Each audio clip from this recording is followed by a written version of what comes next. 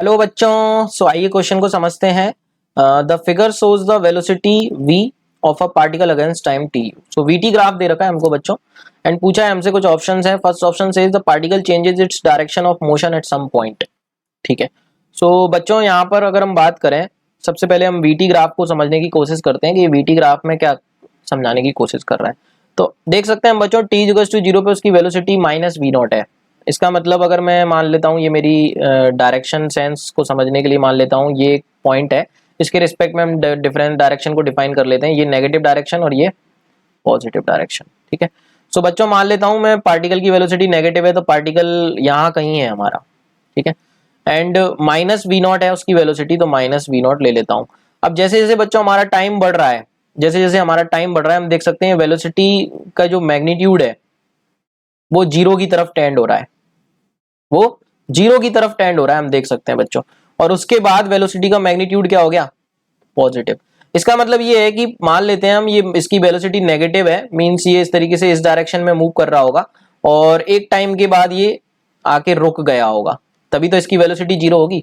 T equals to T time पर ये रुक गया होगा, तभी तो इसकी वेलोसिटी जीरो होगी। और इस पॉइंट से इसने अपनी डायरेक्शन को क्या करा होगा? रिवर्स करा होगा, तभी तो इसकी वेलोसिटी पॉजिटिव डायरेक्शन में आ रही है, पॉजिटिव आ रही है।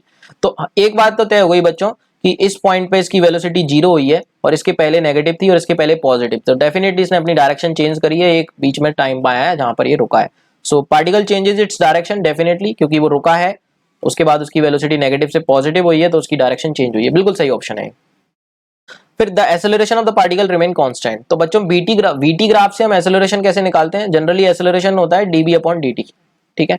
सो अगर हम मैग्नीट्यूड की बात करें तो dB by D T, VT curve से डीबी बाई डी टी क्या रिप्रेजेंट करता है? Slope, slope of VT curve. तो बच्चों स्लोप ऑफ वीटी कर्व, यहाँ पे कर्व तो स्ट्रेट लाइन दे रखा है, और स्ट्रेट लाइन की स्लोप हम कैसे निकालते हैं? ये लाइन एक्स एक्सिस से अगर एंगल थीटा बना रही है तो स्लोप कितनी होती है बच्चों? Ten theta. हम देख सकते हैं टेन थीटा इस ट्राइंगल में ये डिस्टेंस हमारी कितनी हो जाएगी? V naught. और ये डिस्टेंस बच्चों कितनी हो जाएगी? Two T minus T, that is T. तो टेन थीटा हम डायरेक्टली बोल सकते हैं यहाँ पे कितना हो जाएगा? V naught upon T. V naught is positive quantity and time is always positive, तो टेन थीटा यहाँ पर हमारा क्या आ रहा है? पॉजिटिव है and remains constant, remains constant, या कांस्टेंट वैल्यू है, टाइम पे डिपेंड नहीं कर रही। कैपिटल टी एक कांस्टेंट है यहाँ पे। ठीक है। तो बच्चों एक्सेलरेशन पार्टिकल का कांस्टेंट रहेगा भी। Slope of a straight line constant होती है, वीटी ग्राफ की स्लोप स्ट्रेट लाइन की स्लोप को रिप्रेजेंट करेगी, which is constant. And displacement of the particle is zero. बच्चों अगर हम बात करें वीटी ग्राफ से हम डिस्प्लेसमेंट कैसे निकालते हैं, तो हमको याद रखना है area bounded by curve v with T axis. तो जो एरिया बाउंड किया जा है कर्व के द्वारा टाइम एक्सिस के अंदर, मतलब ये जो एरिया होगा बच्चों हमारा, ये जो टोटल एरिया होगा, ये वाला एरिया प्लस ये वाला एरिया, ये जो टोटल एरिया होता है ये टोटल डिस्प्लेसमेंट को शो करता है। एंड बच्चों इसमें हमको याद रखना है कि जब हम डिस्प्लेसमेंट निकालते हैं, ये चीज हमको डिस्प्लेसमेंट देती है, ये तो हमको पता चल गया। और जब हम डिस्प्लेसमेंट निकालते हैं तो जो हमारा अपर एरिया होता है, upper area means time axis के ऊपर वाला एरिया, उसको हम पॉजिटिव लेते हैं। एंड जो लोअर एरिया होता है, लोअर एरिया मींस जो डिस्प्लेसमेंट एक्सिस टाइम एक्सिस के नीचे होता है, उसको हम नेगेटिव लेते हैं, है ना। क्योंकि यहाँ पर वेलोसिटी नेगेटिव है तो वो हमारा ओरिजिन के अपोजिट डायरेक्शन में जा रहा होता है, तो वहां पे हम डिस्प्लेसमेंट नेगेटिव लेंगे। एंड वेलोसिटी जब पॉजिटिव होती है तो वो ओरिजिन के टुवर्ड्स पॉजिटिव एक्स डायरेक्शन जा रहा होता है, तो हम वहां पे डिस्प्लेसमेंट पॉजिटिव लेते हैं। तो बच्चों हम देख सकते हैं यहाँ पे टोटल एरिया निकाल लेते हैं हम। ऊपर वाला एरिया पॉजिटिव लूंगा और नीचे वाला एरिया नेगेटिव। तो बच्चों ऊपर वाला एरिया कितना हो जाएगा? तो एरिया ऑफ द ट्राइंगल वाला रूल लगा लेते हैं। एरिया ऑफ द ट्राइंगल क्या होता है? Half base into height. तो बेस कितना है बच्चों यहाँ पे ट्राइंगल का? बेस आप देख पा रहे हो, base is T and height is v naught. तो यहां पे रख देते हैं टी एंड वी नॉट। तो अपर एरिया पॉजिटिव एरिया आ गया, half T v naught. And similarly हम लोअर एरिया निकाल लेते हैं बच्चों। यहाँ पे लोअर एरिया कितना आ रहा है हमारा? ये वाला एरिया जो कितना आएगा, इसको हम चेक कर लेते हैं। तो ये डिस्टेंस मेरी कितनी है? V naught. एंड ये डिस्टेंस कितनी है? टी। तो वापस से base T and height v naught,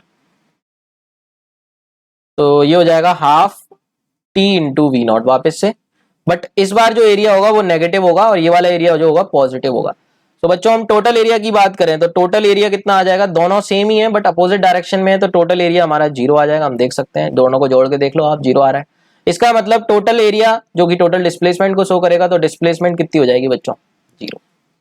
तो displacement 0, the displacement of the particle is 0, option C में बिल्कुल सही बात है, टोटल डिस्प्लेसमेंट हमारी 0 आई। The initial and final speed of the particles are same. So देख सकते हैं बच्चों, initial speed and final speed हम डायग्राम में, initial speed and final speed. तो इनिशियल स्पीड हमारी वी नॉट, इनिशियल स्पीड कितनी है, एक minute, initial speed minus V not, minus तो डायरेक्शन बताता है बच्चों। सो इनिशियल स्पीड की बात करें तो वी नॉट है, और फाइनल स्पीड, स्पीड की बात कर रहे हैं ना हम, इसका मतलब स्पीड क्या होता है, वेलोसिटी का मैग्नीट्यूड है ना। तो डायरेक्शन को अगर हम इग्नोर करें तो मैग्नीट्यूड तो दोनों में सेम ही है ना, v naught and v naught, तो दोनों ऑप्शन सही है, ठीक है, मतलब डी ऑप्शन भी सही हो जाएगा। I hope you got the concept, thank you so much and all the very best.